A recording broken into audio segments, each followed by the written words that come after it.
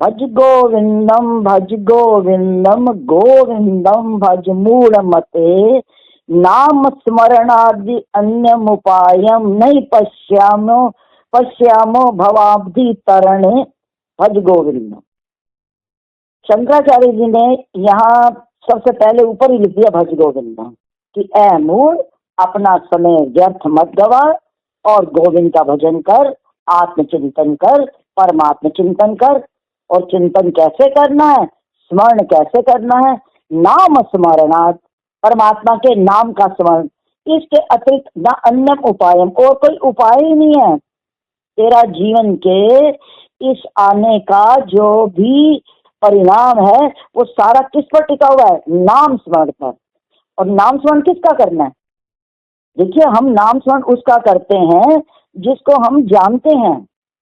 कोई व्यक्ति बैठा हो, सोच रहा हो, तो उससे पूछा जाए कि क्या बात है, क्या सोच रहे हो, वो कहे कि मैं याद कर रहा हूँ। तो किसको याद कर रहे हो, वो कहे जी मुझे मालूम ही नहीं है। तो कैसे स्मरण हो सकता है? जिसका हम स्मरण करेंगे उसको कहीं ना कहीं हमने देखा या अनुभव किया होगा ना, तभी। तो परमात्मा का स्मरण कर रहा है, क्यों कर रहा है?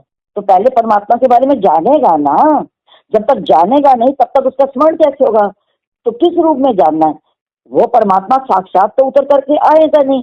तो उस तक पहुंचने की विधि क्या है? नाम स्मरण। और नाम स्मरण कैसे करना है? मनसा वाचा और कर्मणा। और इस नाम स्मरण के लिए हम देखते हैं कि प्राय सभी जो भी इस आत्मपथ के पथिक हैं, जो मानव को जगाने का उपक्रम करते हैं, उन्होंने नाम स्मरण की महत्ता को सर्वोपरि माना है। और कबीर तो कहता ही है, कबीर सुमिरन सार है और सकल जंजाल, आदि अंत सब सो दिया दूजा देखूं काल। और सुमरी सुमरी नर उतरे ही पारा, हमारे यहाँ तो कहा ही जाता है। और कबीर ने राम शब्द का प्रयोग किया है, जैसे यहाँ शंकराचार्य जी ने गोविंद शब्द का प्रयोग किया। कबीर साहब ने गोविंद शब्द का भी प्रयोग किया है, पर राम नाम का उपयोग ज्यादा बार किया है। बात तो एक ही है, तत्व तो मूलतः वही है, सचित आनंद ब्रह्म। तो उसका स्मरण कैसे करना है?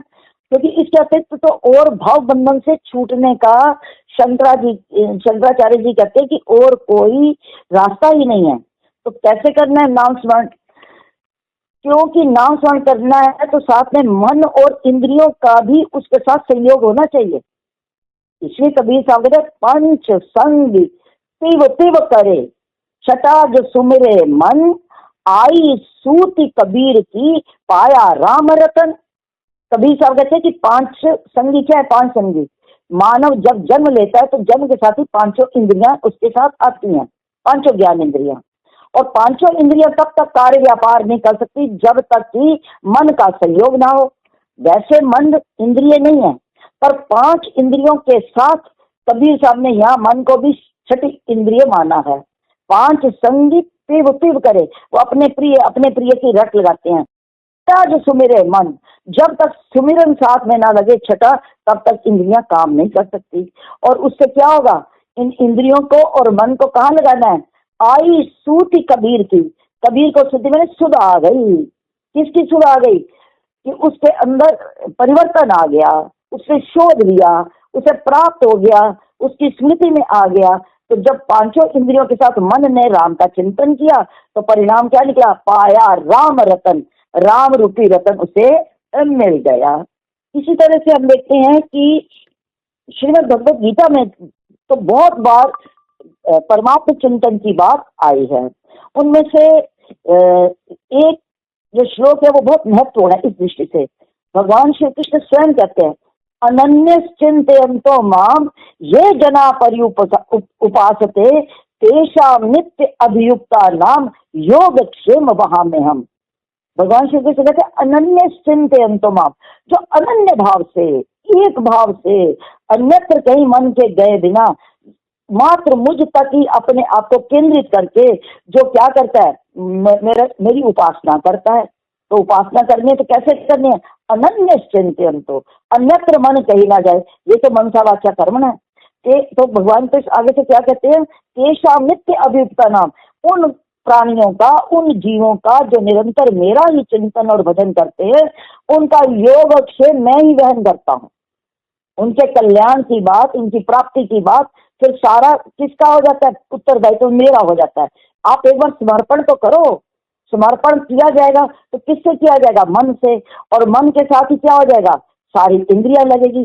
कबीर ने तो कहा ही है, भक्ति भजन हरि नाम है, दूजा दुख आपार। भक्ति कैसा है?